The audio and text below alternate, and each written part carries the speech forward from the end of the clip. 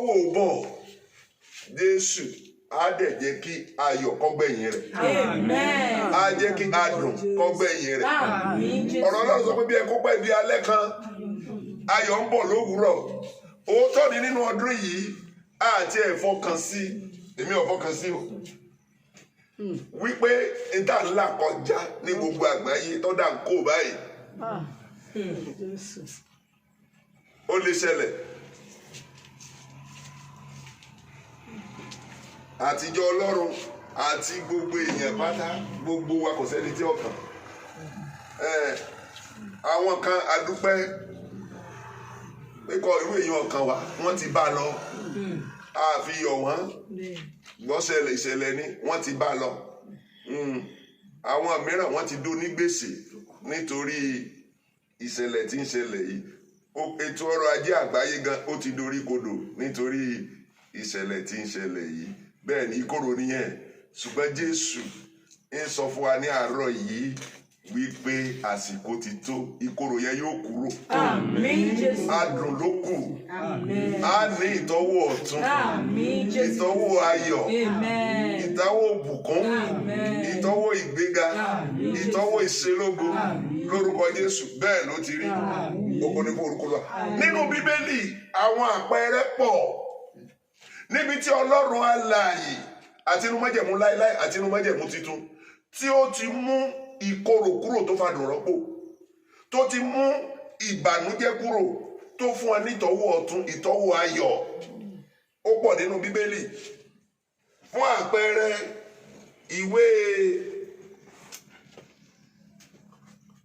Ọba kejì orí kejì ẹsẹ̀ 19 sí ẹsẹ̀ 22 níbi tí a kà fún wa níbẹ̀ yẹn níbi tí a tọ́ka sí ìtọ́sẹ̀lẹ̀ níbẹ̀ náà ni wípé àwọn ará Jẹ́ríkò ní tí wọ́n ti ní ìlàkọjá nípa ègún Joshua nígbà tó di Jẹ́ríkò wó tó fi ilẹ̀ náà gégùn ìtọ́sẹ̀lẹ̀ náà ni wípé ìkorò nígbà tí ó di àsìkò Èlíṣà ní tí àwọn aráàlú yẹn rí gẹ́gẹ́ bí ìṣòro wọn dẹ̀ dá ìṣòro wọn mọ̀ wọ́n dá ìkorò tí wọ́n ń là kọjá mọ̀ wọ́n ní Olúwa mi ìtẹ̀dó ìlú ìbọn bá rí ọ́dà ìlú ìdúnwò ṣùgbọ́n ilẹ̀ wa sá omi wa sì korò ilẹ̀ sá omi korò ìtọ́jẹ́ ìtọ́wò wọn nìyẹn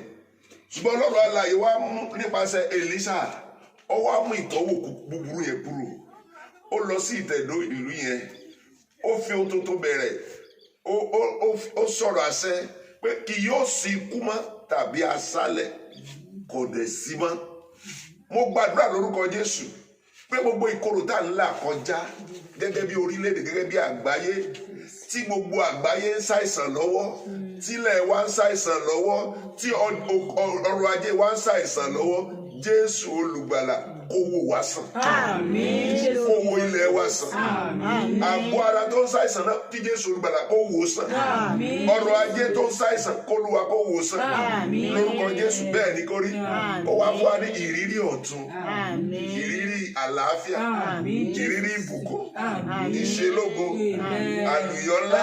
Àmín. Ìṣerere ńlá. Àmín. Tó jẹ́ wípé a sọ wípé ní ìbẹ̀rẹ̀ ọdún yìí ala ìmìwò àti ìrírí tí ò tẹ́ wa lọ́rùn alàkọjá tó yẹ pé nípa àánú Ọlọ́run bí ọdún ìṣe ń tẹ̀síwájú àti wà ní nípa rẹ̀ mọ́ orúkọ Jésù bẹ́ẹ̀ ló ti rí ògo ni fún orúkọ Olúwa. Òmíràn ó ní ìwé Ọba kejì náà orí keje ẹsẹ̀ 1 àti ẹsẹ̀ 2 àti ẹsẹ̀ 14 títí dé ẹsẹ̀ 20 níbi tí a kà fún wa yẹn ìyàn mú ní Samaria ó mú gan níbi wọn pọ̀ mọ́ ara wọn jẹ bẹ́ẹ̀ ni ṣùgbọ́n kí ló ṣẹlẹ̀ Olúwa ti ẹnu Èlíṣà sọ̀rọ̀ ìpè kò yí ọ̀la ìyàn yóò tán ọ̀pọ̀ yóò dé ìbùkún yóò dé ṣùgbọ́n igbákejì ọba ó ní bàbá tiẹ̀ sí fèrèsé ọ̀run kò lè ṣẹlẹ̀ bẹ́ẹ̀ ṣùgbọ́n ọ̀rọ̀ Ọlọ́run ọ̀tà sí ó ṣẹlẹ̀ bẹ́ẹ̀ wọ́n di ọ̀pọ̀. Òótọ́ ni o. Ọlọ́run tá à ń sìn ọ̀kan náà ní lánàá lẹ́ni àti títí ayé àìnípẹ̀kun. Bó ṣe ṣe ní Samaria ó tún lè ṣe lẹ́ni. So àwọn tó sọ wọ́n, àlàáfíà tó sọ wọ́n, ìbùkún tó sọ wọ́n. Bẹ́ẹ̀ ni ní àárín wa, nínú ayé wa, nínú ìdílé, nínú ìlú, ìfọ̀kànbalẹ̀ sọ wọ́n, ààbò sọ wọ́n. Lórúkọ Jésù, ìtọ́ sọ wọ́n yẹn, Jésù yóò sọdọ̀kun. Àmín. Kò sì ní pẹ́. Àmín Jésù. Kò ní pẹ́. Àmín. Tí coronavirus ti ń lọ yìí, ti lọ lọ́wọ́ yìí, tí gbogbo wa wò pé ìgbà wo ni yóò dópin láìpẹ́. Àmín Jésù. Ìmúpadàbọ̀ síbò yóò sì ṣẹlẹ̀ sí wa. Lórúkọ Jésù, bẹ́ẹ̀ ni yóò rí. Ẹ gbọ́ ẹ̀mẹ̀wọ́ bá yẹn tó ní pé bàbá sí fèrèsé ọ̀run kò lè ṣẹlẹ̀ bẹ́ẹ̀. Gbogbo ẹni tó jẹ́ pé ní orílẹ̀-èdè yìí lágbàáyé inú kí coronavirus máa tẹ̀síwájú ní ìdùnnú tiwọn, ibẹ̀ ni ẹ ti ń jẹ. Ó pé wọn kí irú nǹkan báyìí ṣẹlẹ̀, torí bẹ́ẹ̀ làwọn ti máa rówó. Irú àwọn tí ń rò bá pé kí bí ọmọ tẹ̀síwájú láti ṣẹlẹ̀, àwọn ni bí ó gbé lọ. Lórúkọ Jésù, bẹ́ẹ̀ ni yóò rí. A sì wà lálàáfíà, orílẹ̀-èdè wà lálàáfíà, gbogbo àgbáyé á wà lálàáfíà. Lórúkọ Jésù, bẹ́ẹ̀ ni yóò rí. Ògo ni fún orúkọ Olúwa. Ògo ni fún orúkọ Olúwa. Ẹ jẹ́ sọ bí mélòó díẹ̀ sí àpẹẹrẹ pọ̀ gan-an. Àwọn tó tọ́ ìkorò wò, tí Olúwa wá mú ìkorò wọn kúrò, tó fún wọn ní adùn tó fa dùn rọ́pò ìkorò. Ẹnìkan tí a mọ̀ dáadáa, ó ní Jábésì nínú ìwé Kíróníkà kìíní orí 4 ẹsẹ̀ 9 àti ẹsẹ̀ 10. Ẹni tí wọ́n ní ọmọ korò ni, ọmọ ìbànújẹ́ ni láti kékeré. Wọ́n dẹ̀ forúkọ rẹ̀ sọ. Bọ́ bá fẹ́ gbàgbé, wọ́n á tún rán orúkọ rẹ̀ aràn létí. Orúkọ tí ń jẹ́ bí wọ́n ṣe ń pè é, ọmọ korò, ọmọ ìbànújẹ́, lórúkọ rẹ̀ rán létí. Ṣùgbọ́n ó ké pe Ọlọ́run alààyè. Ọlọ́run alààyè tá à ń wí yìí, ó dẹ̀ mú ìkorò títí àtọjọ́ òbí títí ń tọ́wò, ó dẹ̀ mú kúrò, ó wá sọ dàdùn, ó wá sọ di ẹni ìgbéga láàrin àwọn arákùnrin rẹ̀. Bíbélì tiẹ̀ sọ pé ọlọ́lá jùlọ, ó wá di ọlọ́lá jùlọ láàrin àwọn ẹlẹgbẹ́ rẹ̀. Ó ṣeé ṣe kó jẹ́ wípé ibi a bí wa sí inú ìkorò ni, àyíká àti agbègbè wa inú ìkorò ni, ìtàn bá a ṣe bí wa inú ìkorò náà ni, ìtàn bá a ṣe ń dàgbà ìkorò náà ni. Kò sádùn kankan bẹ́ẹ̀ yẹn, ìtiraka, ìdààmú, wàhálà. Ṣùgbọ́n àsìkò ti tó. Ọlọ́run tó ṣe ti Jábésì tó fún un ní ìtọ́wò ọ̀tun èyí tí ò ní rí, yóò fún àwa náà ní ìtọ́wò ọ̀tun. A ní ìtọ́wò ìgbéga. Níbi tá a ti ní ìtọ́wò ìjákulẹ̀ tẹ́lẹ̀, a ní ìtọ́wò ìgbéga. Níbi tí a ti ní ìtọ́wò ìkùnà tẹ́lẹ̀, a ní ìtọ́wò àṣeyọrí. Níbi tá a ti ní ìtọ́wò kò ní láárí, àìkàsí, a ní ìtọ́wò ògo. Lórúkọ Jésù, bẹ́ẹ̀ ló ti rí. Ògo ni fún orúkọ Olúwa. Ògo ni fún orúkọ Olúwa. Arákùnrin alárùn ẹ̀gbà etí òde bá ẹsẹ̀ ìwé Jòhánù orí 5 ẹsẹ̀ 2 títí dé ẹsẹ̀ 9. Arákùnrin yìí ó pẹ́ nínú ogun débi wípé èèyàn tán lẹ́yìn ẹ̀. Ọdún 38 ló lò nínú ogun. Bẹ́ẹ̀ ni débi wípé àníkọ̀lẹ́ nìkan mọ́, kì í ṣe pé wọ́n bí sínú ìdílé kan, kì í ṣe pé kò lẹ́gbẹ̀ẹ́, kò láboró, kò lára, ó ní. Ṣùgbọ́n nítorí pé pẹ́nu ogun wọ́n pàtì, wọ́n yìn nù, wọ́n ò rántí rẹ̀ mọ́. Ṣùgbọ́n ó ní ìtọ́wò ọ̀tun níjọ́ tí Jésù bẹ̀ wò. Bẹ́ẹ̀ ni nínú ogun ọjọ́ pípẹ́ lọ sọ fún pé gbé àkéte rẹ kí o sì máa lọ.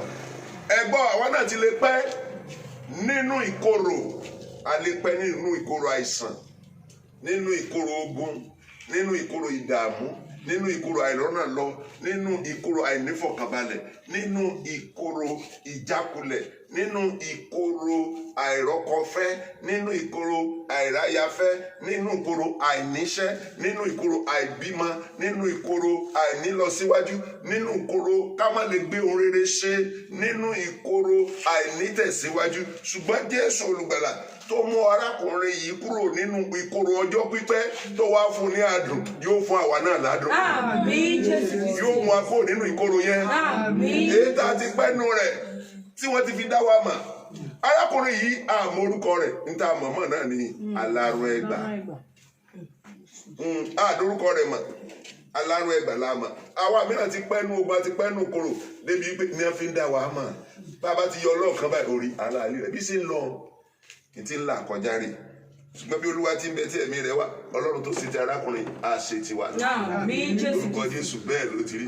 Nínú ìwé Jòhánù orí 11 ẹsẹ̀ 33 títí dé 44 ìkorò tẹ́lẹ̀ ó tiẹ̀ ti bọ́ sórí. Bẹ́ẹ̀ ni Lásárù àìsàn ṣe nígbà tí Jésù èdè ó ti kú. Ìwá ṣe kó ti kú nìkan, ó ti di ọjọ́ kẹrin tó ti kú.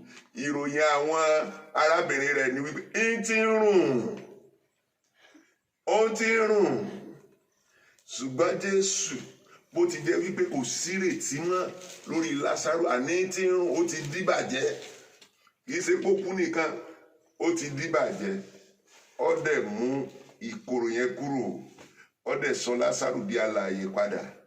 Ó mú àìnírètí kúrò, ó fi adùn ìrètí ó fi bẹ̀ wò. Ẹ gbọ́, èmi náà mọ ipò tí ọ̀tá bá wa dé, táyé bá wa dé, tésù bá wa dé. Tọ́jẹ́ pé gbogbo èèyàn sọ wípé tọ́ ọ̀run ló kù. Ṣé rí níta ayé yìí, eléyìí ti bọ́ orí, eléyìí ò lè látúnṣe mọ́. Jésù olùgbàlà tó ṣe ti Lásárù á dẹ̀ ṣe tiwa náà. Àmín. Mo lórúkọ Jésù á ṣe tiwa náà.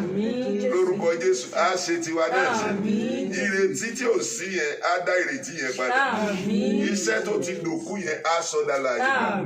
Ètò ìṣúná tó ti dòkú á sọdá láàyè padà.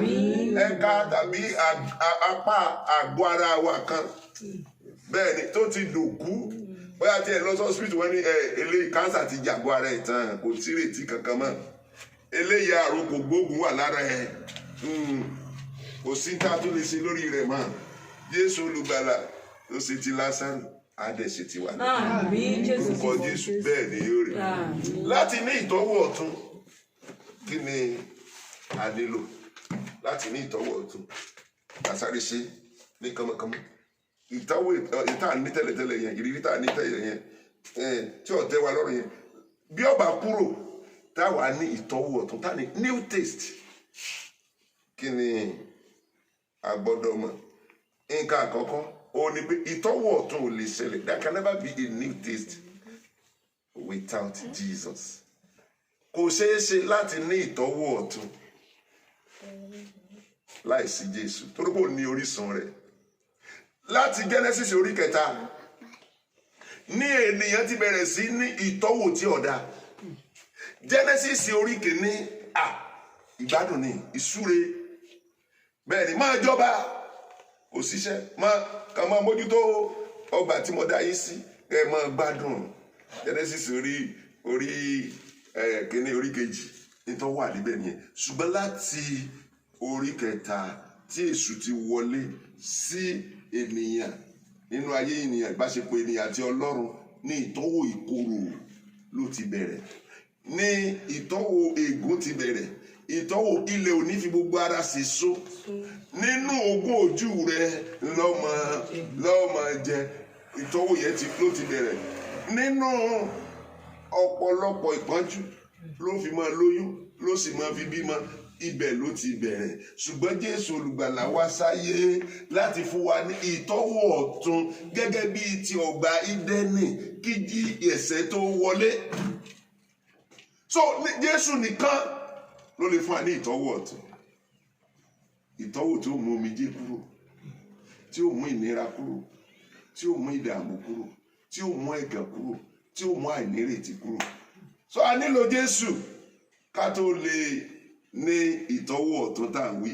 ẹnikẹ́ni tó bá kọ Jésù tí ó gba Jésù ní Olúwa àti olùgbàlà ó ṣeé ṣe kó kú sínú ìdààmú, ó ṣeé ṣe kó kú sínú ẹ̀gàn, ó ṣeé ṣe kó kú sínú ogun, ó ṣeé ṣe kó kú sínú omijé, ẹkún láàárọ̀, ẹkún lọ́sàn, ẹkún lálẹ́, ìrírí kọ̀rọ̀rùn kò ṣeé ṣe, ìrírí ìjákulẹ̀.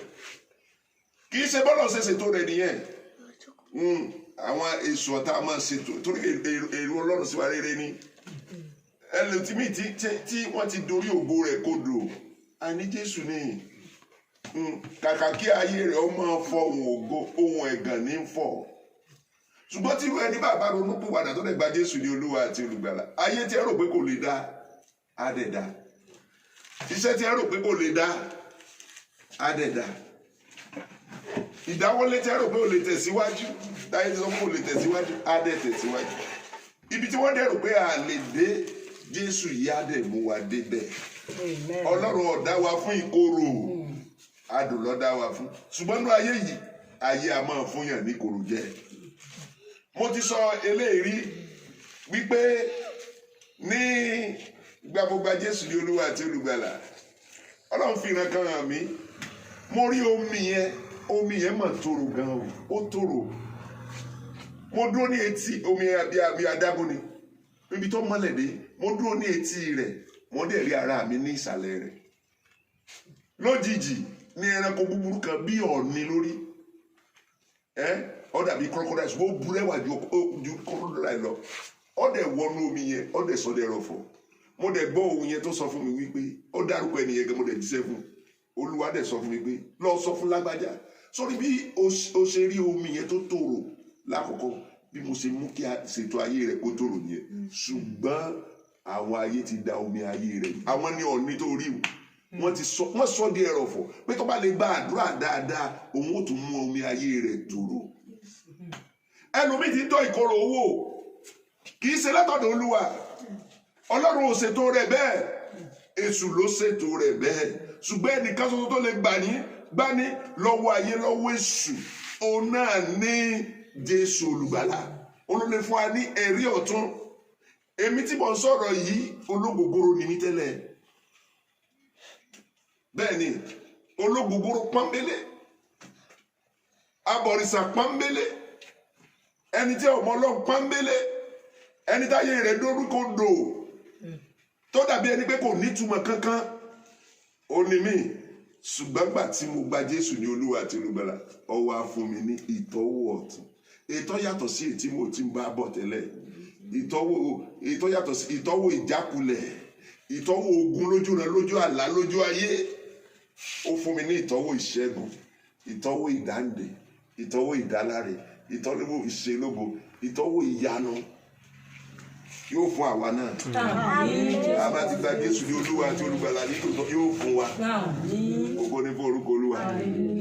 Nǹkan kejì, ó ní wípé ká pe Jésù yìí sí orí ọ̀rọ̀ ìlàkọjá tí ó fún wa ní ìkorò.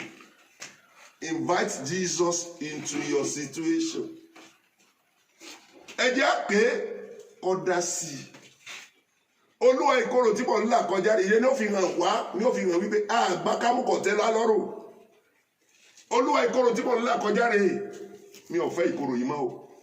Fàdùn rọ́pò ká pe Jésù sí inú ìkorò tá ń là kọjá yìí.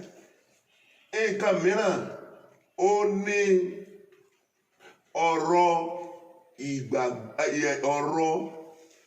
ìgbọràn pátápátá, perfect and total obedience. Perfect and total obedience. Tí a bá fẹ́ ní ìtọ́wò tuntun tí a ń sọ̀rọ̀ nípa rẹ̀ yìí, a gbọ́dọ̀ gbọ́ràn sí Jésù lẹ́nu pátápátá. Kìí ṣe ìgbọ́ràn díẹ̀, kìí ṣe ìgbọ́ràn bí ìgbọ́ràn ọba Sọ́ọ̀lù. Olúwa ní kó lọ sí Amẹ́lẹ́kì, kó pa gbogbo nǹkan Amẹ́lẹ́kì run àti ọba àti gbogbo tí ó lè mú ìrántí Amẹ́lẹ́kì wá, tó ló ti ṣèlérí pé wọ́n pa Amẹ́lẹ́kì run. Lásìkò ọba Sọ́ọ̀lù sí ni Olúwa ṣetán láti mú ìlérí yẹn ṣẹ. torí pé àwọn ọmọ Amẹ́lẹ́kì ìran wọn ṣe ìlòdì sí àwọn Ísírẹ́lì gbà wọ́n lọ sílẹ̀ ìlérí wọ́n gbógun tì wọ́n Olúwa sì nítorí tí wọ́n ṣe yẹ wọ́n pa ìrántí kò ní sí ìlú tí jẹ́ Amẹ́lẹ́kì mọ́ ìran wọn ò ní sí mọ́ ṣùgbọ́n tí Sọ́ọ̀lù ṣe ni wípé ó pa àwọn ọmọ ogun kan ó pa ìlú ó wá dá ọba àti àwọn àgùntàn sí olórí ogun gan ló dá sí ó dá ọba ìlú sí ìgbọràn rẹ̀ Olúwadé ọlọ tòótọ́ ṣùgbọ́n tí Olúwadé kò ṣe láṣẹ pé so ó ṣe pàtàkì ẹnìkọ̀ọ̀kan wa bá a bá gba Jésù sí inú ayé wa ní Olúwa àti olùgbàlà ní tòótọ́ ká gbọ́ràn sí lẹ́nu pátápátá kì í ṣe ìgbọ́ràn tí ò kún a gbọ́dọ̀ gbọ́ràn sí lẹ́nu pátápátá ẹgbẹ́ eléyìí òmíràn ni wípé kì í ṣe ìgbọ́ràn tá a lè fi jáfara bẹ́ẹ̀ yẹn bá ti gbọ́ tí Olúwa ní kó gbé gbèsè wọ́n gbé lọ́la wọ́n gbé lọ́tùnla tó bá gbé nígbẹ̀yìn ó lè má bàa mọ̀ torí pé kì í ṣe ìgbọ́ràn ojú ẹsẹ̀ ìgbọ́ràn ojú ẹsẹ̀ ní ká ṣe níbi tí a kà fún wa yẹ wọ́n gbọ́ràn pátápátá wọ́n sì gbọ́ràn lójú ẹsẹ̀ ẹ lọ pọnmi sínú kòtò àmì kòkò kí àwọn lọ sí ìdí ẹ̀tẹ̀ tó ṣe tí ó tọ́jọ́ mi lójú ẹ lọ pọnmi sínú kòtò kòkò ni wọ́n wí ní Jésù wí fún wọn ẹ mọ̀ tí wọ́n ṣe wọ́n pọn dé ẹ̀kúnrẹ́rẹ́ bẹ́ẹ̀ àìgbọ́ràn èèyàn bá jẹ́ ìgbọ́ràn ẹ̀kúnrẹ́rẹ́ ìtọ́wò ọ̀tún lè má ṣẹlẹ̀ wọ́n pọn ní ẹ̀kúnrẹ́rẹ́ ẹ bù ú ẹ lọ gbé fún lórí aláṣì wọ́n dẹ̀ sí bẹ́ẹ̀ nígbà wọ́n dẹ̀ tí wọ́n dẹ̀ gbé lọ ìyanu dẹ̀ ṣẹlẹ̀ ìtọ́wò ọ̀tún dẹ̀ ṣẹlẹ̀ hallelujah hallelujah hallelujah hallelujah. Nǹkan mìíràn nínú gbọ́ràn náà ni o tí èjì káwa mìíràn ò gbọ́ràn ká gbé ìgbésẹ̀ gẹ́gẹ́ bí ìfẹ́ Ọlọ́run ó ní wípé ká máa bá ọ̀rọ̀ Ọlọ́run jiyàn. Àròyé wáìnì tán ni wọ́n ṣe fún Jésù sọ́jọ́ra wọn ẹ lọ pọnmi sínú kòkò Jésù ṣe ẹ̀gbọ́n tá à ń wí ni àní wáìnì á sọ pé omi láàrí mu ọ̀rọ̀ wáìnì là ń sọ wọn wí báwọn o torí pé nígbà mìíràn ẹ máa gbọ́ ọ̀rọ̀ Ọlọ́run kì í bá ọgbọ́n ènìyàn mu sọ́dúnbà tí Olúwa bá sọ fún wa gbé ìgbésẹ̀ báyìí ṣe nǹkan báyìí àwọn máa bá jiyàn torí pé kò bá ọgbọ́n ènìyàn mu kò bá ọgbọ́n orí wa mu ẹ̀kọ́ dá tòótọ́ ṣùgbọ́n nígbà mìíràn ẹ̀kọ́ ìmọ̀ ìjìnlẹ̀ ẹ̀kọ́ sáyẹ́ǹsì ẹ̀kọ́ ìtàn gbogbo ẹ̀kọ́ pátápátá nígbà mìíràn kì í bá èrò tọlọ́run mu ẹ̀kọ́ sọ fún wa ní ìsìn wípé lọ́wọ́lọ́wọ́ bá a ṣe ń sọ yìí àrùn coronavirus kò lóògùn ntẹ́kọ̀ sọ fún wa nìyẹn ṣùgbọ́n Jésù olùgbàlà kò sí tí ò lè wò sí. Sáyẹ́ǹsì ò sì lè wádìí èyí o torí kì í sọ̀rọ̀ sáyẹ́ǹsì ọjọ́ ọ̀rọ̀ sáyẹ́ǹsì lọ kò sí ìtí Jésù ò lè ṣe ó ní gbogbo agbára láti túni sílẹ̀ láti ríwó nísàn ó ṣe bẹ́ẹ̀ lánàá sì ṣe bẹ́ẹ̀ lénìí ọ̀kan ní lánàá ọ̀kan ní lénìí ọ̀kan ní títí ayé àìnípẹ̀kun ìpanímọ́ lánàá bẹ́ẹ̀ náà sì ni ìpanímọ́ lónìí Jésù olùgbàlà yóò pa wá mọ́ yóò dáàbò rẹ̀ bò wá tó ká ní ìgbàgbọ́ nínú rẹ̀ o ká má bá ọ̀rọ̀ rẹ̀ jiyàn nǹkan mìíràn ó ní ọ̀rọ̀ ìgbàgbọ́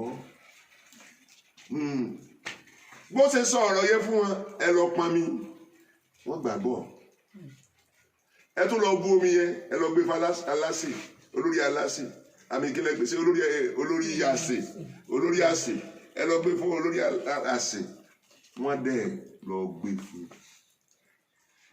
wọ́n gbàgbọ́ tó ṣe pàtàkì nígbà tá a bá Jésù rẹ̀ a lè ní ìpèníjà tí ó dojúkọ ìgbàgbọ́ wa ṣùgbọ́n ká fi ìgbàgbọ́ ṣẹ́gun ìpèníjà ká lè ní ìtọ́wò ọ̀tún ká má gbà ká mú ká má wò pé ọ̀rọ̀ wa ò látúnṣe mọ́ ká má wò pé ayé wa ò lè dára mọ́ ká má mọ̀ pé ètò ọrọ̀ ajé mi ti ṣubú lulẹ̀ kò tún lè dìde mọ́ ká má rò wípé ìrètí ò sí fún wa mọ́ nígbà tí Jésù débi òkú Lásárù ẹ mọ́ gbàgbé tó wí o nígbà wọ́n ṣàròyé Jésù bàbá dẹ̀ tẹ̀lé ní ọ̀rọ̀ yìí bá ti rí báyìí Jésù ti di ọjọ́ kẹrin tó ti kú tí rùn kí ni Jésù dáhùn bí ẹ̀yin bá gbàgbọ́ ẹ rí ògo Olúwa sọkọmọ́rò wípé ọ̀rọ̀ wa kò látúnṣe mọ́ ẹ gbọ́ ní ètí ṣẹlẹ̀ ní gbogbo àgbáyé yìí ọmọ Ọlọ́run fìgbàgbọ́ hàn o fìgbàgbọ́ hàn o ara ìgbàgbọ́ ni pé ó ní ẹgbẹ̀rún yóò ṣubú ní apá ọ̀tún ní apá òsì ṣùgbọ́n kò ní kàwá kìkì ojú wa ṣé ọ̀rọ̀ yẹn ta ló wà fún náà dání ọ̀sẹ̀ mọ́ lára rẹ̀ wọ́n ti pẹ́ yìí ẹ̀kẹ́ aleluya o bẹ́ẹ̀ ni bá ẹgbọ́ ọ̀rọ̀ gbàgbọ́ rẹ̀ o Ọlọ́run ti pa Ísírẹ́lì mọ́ kì í sùn bẹ́ẹ̀ ni kì í tó gbé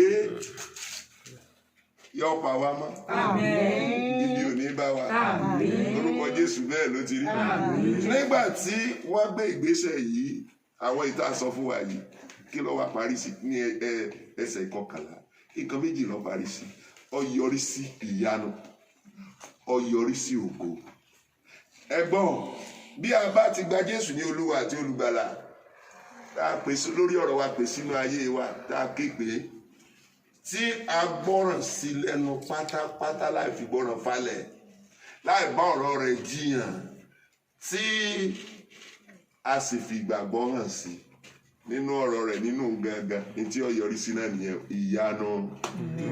You have a taste of his miracles. Amen. You have a taste of his glory. Amen. Ìtọ́wò tí kì í sí ìtàn ni ó ní ẹ gbọ́ àsìkò kan wà èèyàn ọmọ sunkún ọ̀tá ọmọ ayọ̀ ṣùgbọ́n màá tún tọ̀ yẹn wà ó wàá sọ ìbànújẹ́ yín dayọ̀ ayọ̀ yẹn wá ní kò sẹ́ni tí ó lè gbà lọ́wọ́ rẹ̀ lórúkọ Jésù bẹ́ẹ̀ lọ́rọ̀ wá ògo ni fún orúkọ rẹ̀ Olúwa ti gbọ́ ọ̀rọ̀ rẹ̀ etí ọ̀kan ní ọ̀lànà lẹ́ni àti títí ayé ẹ̀ nípẹ̀kun ò yí padà ó ti sọ gbèsè tá a gbọ́dọ̀ gbé kò sí ti jẹ́ ìtọ́wò ọ̀tún.